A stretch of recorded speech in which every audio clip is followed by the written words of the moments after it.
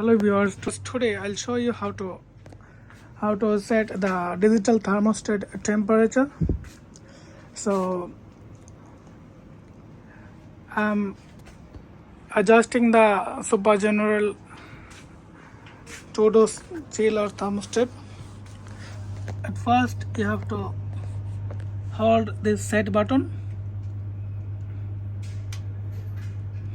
then here showing C button, C, then you have to press again set, then here showing current temperature, then you have to press this button and this button. This is the increase button, this is the decrease. So if I press here, this is going for increase and this is the decrease button. So I am keeping the 6 degree Celsius. After then I have to press this set, then this is going automatically. So I have one request for everyone.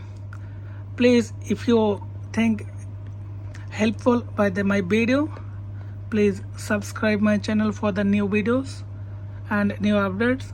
And if you have something for ask me, you can comment and like. So today, goodbye. Take care everyone.